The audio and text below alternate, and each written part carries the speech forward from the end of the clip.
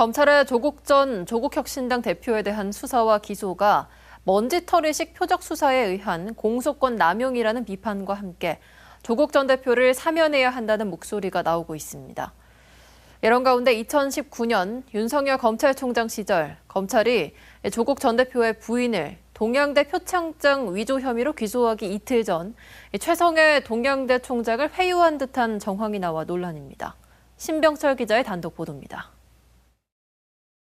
2019년 8월 9일 조국 민정수석이 법무부 장관 후보자로 지명되자 검찰의 전방위적인 수사가 시작됐습니다.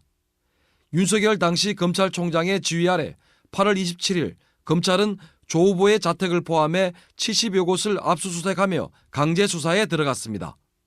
같은 날 윤 총장은 박상기 법무부 장관에게 조 후보 가족의 사모펀드 비리 의혹 때문이라면서 수사 배경을 설명했습니다.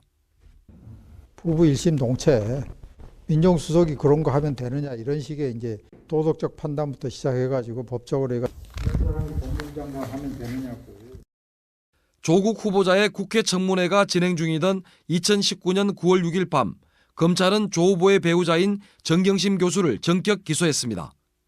그런데 이때 적용된 혐의는 당초 수사 명분인 사모펀드 비리가 아닌 동양대 표창장 위조 혐의였습니다. 이러한 기소가 가능했던 배경에는 기소 이틀 전인 9월 4일 참고인으로 검찰에 출석한 최성해 동양대학교 총장의 진술이 결정적이었다는 평가를 받습니다. 최 총장은 자신은 조 후보의 딸에게 표창장을 준 적이 없다면서 표창장 위조 가능성을 시사했습니다. 1년 번호가 맞느냐 확인하고 지금 찍어주거든요. 그 1년 번호가 다른데 지인이 찍어줄 수가 없는데 그게 찍혔네. 최 총장은 당시 교비 횡령 의혹 등으로 검찰에 고발된 상태였습니다. 최 총장은 2020년 12월 조카와의 통화에서 당시 절박한 상황을 설명했습니다. 나는 그때 위기절명이었어. 왜 위기절명이었냐면은 정경심 교수가 우리 학교 있는 한은 우리 학교는 이상하게 흘러가게 될 거고. 더욱이 최 총장은 서울중앙지검에 출석해 조사를 받기 전에 이례적으로 수사 총책임자인 송경호 3차장 검사를 만났다고 말해 검찰의 회유 의혹을 키우고 있습니다. 그 당시 차장. 그분은 내가 봤습니다. 그분은 그래 뭐 하여튼 저런 거 들어가니까 고생하시겠습니다. 근데 물론 총장님은 사실대로 이야기하겠지만은 사실대로만 이야기합니다. 그 얘기를 했더라 저한테. 이에 대해 송 전 차장검사는 취재진의 여러 차례의 전화를 받지 않았고 관련 의혹에 대한 반론을 요구하는 카카오톡 메시지에도 아무런 대응을 하지 않았습니다.